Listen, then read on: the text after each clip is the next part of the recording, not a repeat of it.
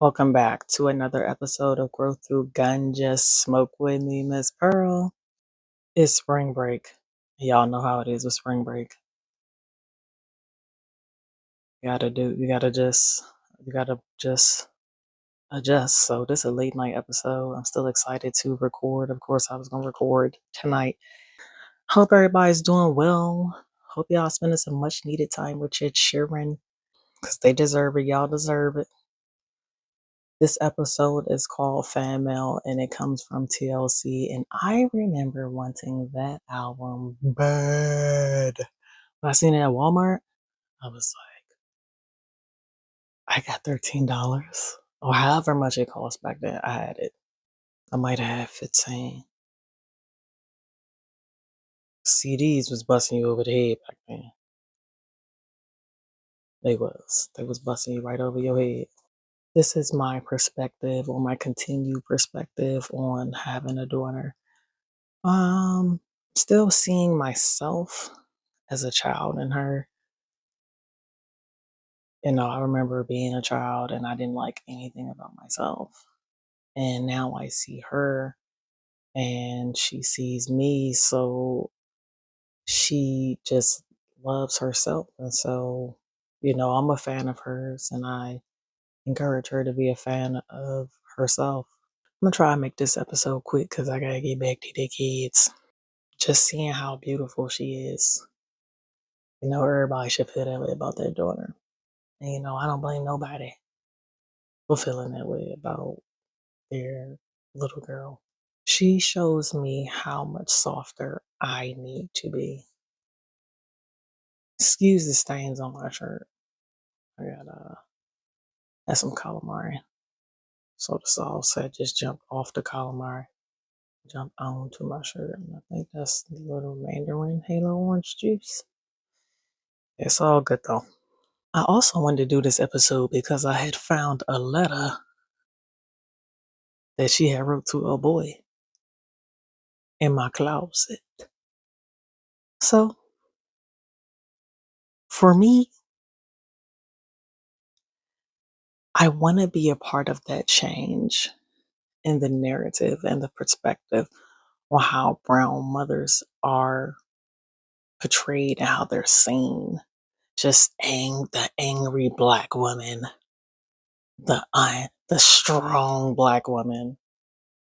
Change your own tire, then, bitch. I had to think. I had to really take a deep breath. And when I saw this letter, and I had to think about what my next steps were going to be. So, what I did was I just, made up her bed. I put the letter on the bed so that she would see it when she got back.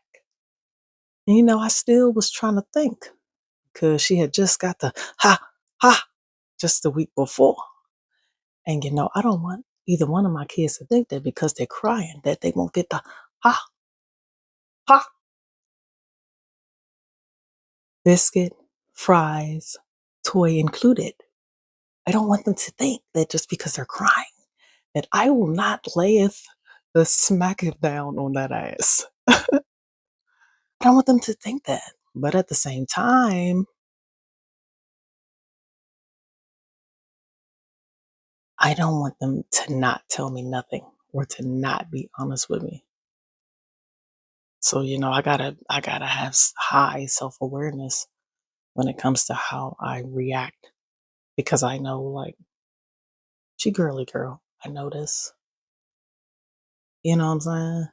And just a week before though, this what had happened though. So I go and change my sheets recently. I lift the sheet up. I lift the cover up and I'm like, damn, that's a big ass stain. Was my feet sweating or something? Like, where that stain even come from? So I'm like, all right, whatever. I get the mattress naked. And it's the same stain. So I'm like, hold the fuck up. I'm looking at the stain and the stain looking at me like, So I already know it's her. I'm like, come over to the scene. You know what I'm saying? Come on over here. What is this? So it was fingernail polish. Then she tried to put fingernail polish remover over the fingernail polish. First of all, man, why is it on my bed? That's why I was so mad. That's why I was just like, ha, ha. And then I said some things. I got a little loud, got a little aggressive. It's also lets me know that I need to have certain conversations with my little shorty do wop because doing sneaky shit not gonna work out for her. I keep telling her whatever she does, I'm gonna find out. So we might as well let's just talk about it. Let's just talk about it. Let's figure it out. Because I don't want my kids to like not tell me shit. And they be telling me, they be like, I don't want to tell you because, but I told you because, yeah, just go ahead and tell me because. So she comes home and she sees the letter and she had like started crying. And I'm just thinking to myself, like, this would be too easy to slap shorty head on the balcony.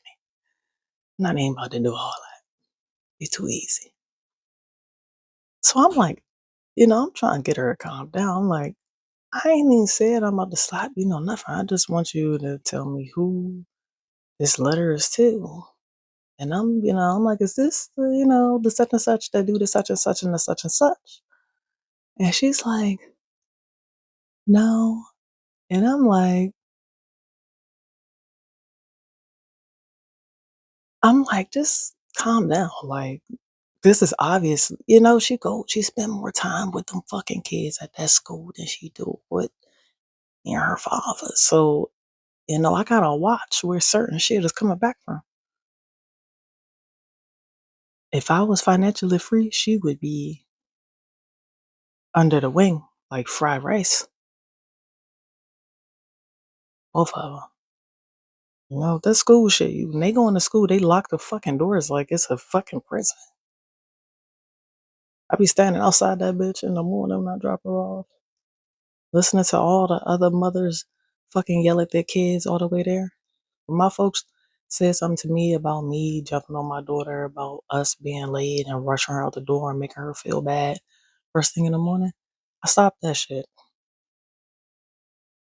So when we get to school, it's when the fuck we get there, and we be late just about every goddamn day, and I don't care.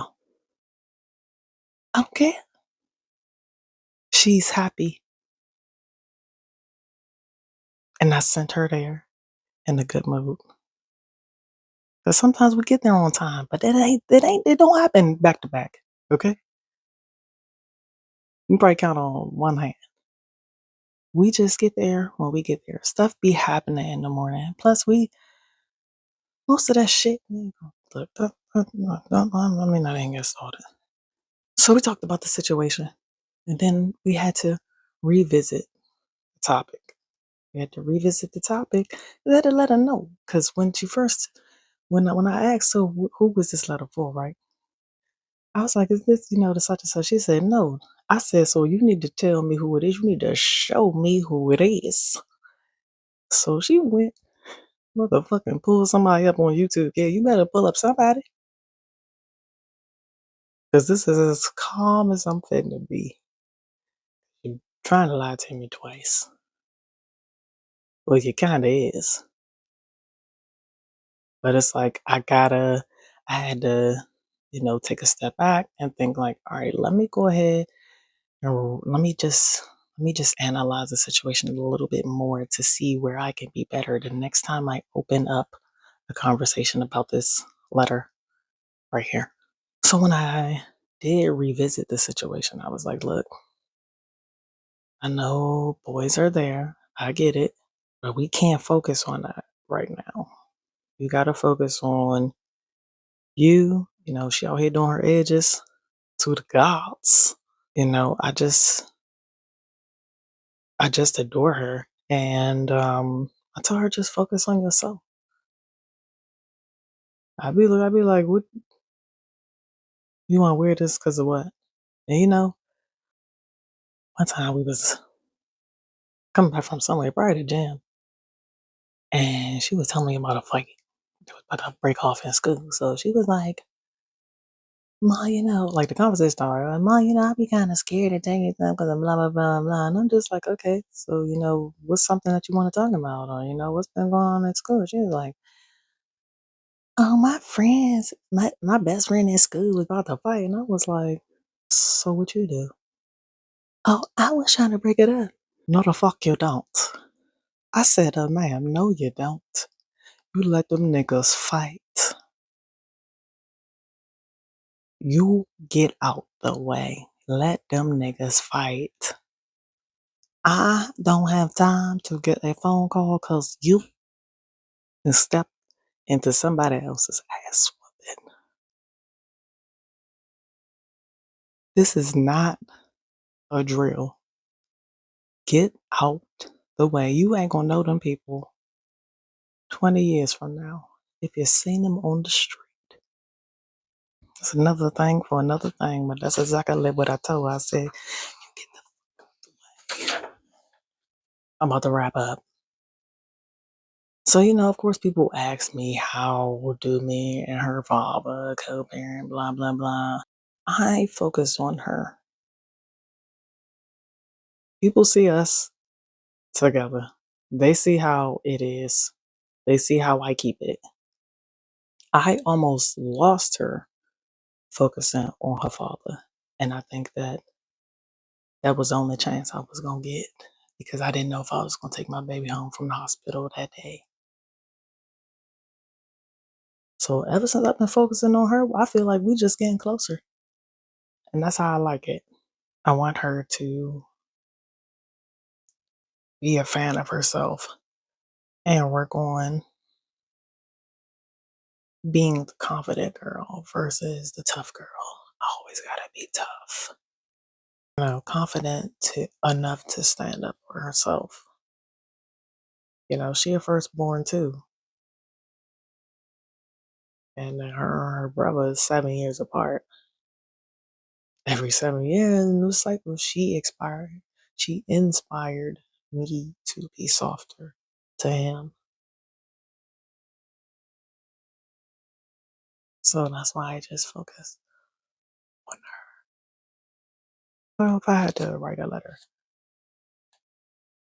to her, I would just tell her, I'm just like you.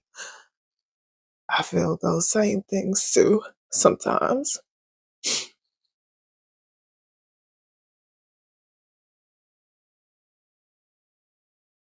I just adore her.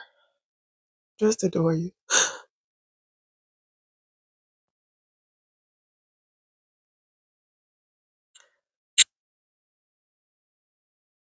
I wish I had half of your confidence when I was a child.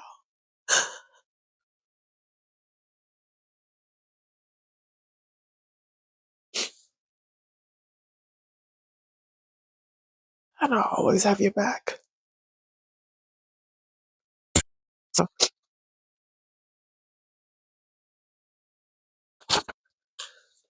sincerely, Mom. Well, look, I don't know. Maybe you got something from it. Maybe you didn't. Maybe you'll be back next week. Maybe you won't. This has been Growth Through Gun Just Smoke with me, Miss Pearl.